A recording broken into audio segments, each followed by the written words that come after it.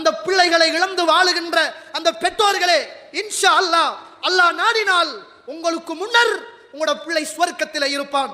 ஏன் இருப்பான் என்றால் ரசூலுல்லாஹி ஸல்லல்லாஹு அலைஹி சொன்னார்கள். புகாரியில 652வது செய்தி, அஷ்ஹுஹதாஉ ஹம்சுன், என்னுடைய சமூகத்தில் சுஹதாக்கள் 6 சாரார் இருக்கிறார்கள்.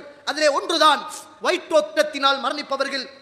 அதிலே இன்னும் ஒரு சாரார் வல் கரீக், தண்ணீர்களில் மூழ்கி மரணிப்பவர்களும் ஷஹீத் அண்ணங்க ரசூலுல்லாஹி ஸல்லல்லாஹு அலைஹி வஸல்லம். நாம் அறிந்த வரைக்கும் அந்த பிள்ளைகள் மார்க்கத்தை படிப்பதற்காக, அந்த பிள்ளைகள் மார்க்கத்தை கற்றுக்கொள்வதற்காக, குர்ஆனை ஓதுவதற்காக, சுன்னாவை பிரச்சாரம் செய்வதற்காக தாயை இழந்து தந்தையை இழந்து மதரசாக்களில் வாழ்ந்த பிள்ளைகள் நாம் ஆதரவு வைக்கிறோம். அல்லாஹ்விடத்தில் நாம் பிரார்த்தனை செய்கிறோம். இன்ஷா அல்லாஹ் நீங்கள் பெத்தெடுத்த பிள்ளைகள் இன்ஷா அல்லாஹ், அல்லாஹ் நாடினால் அவர்கள் ஷஹீதுகள் என்பதில் எந்த விதமான சந்தேகமும் கிடையாது.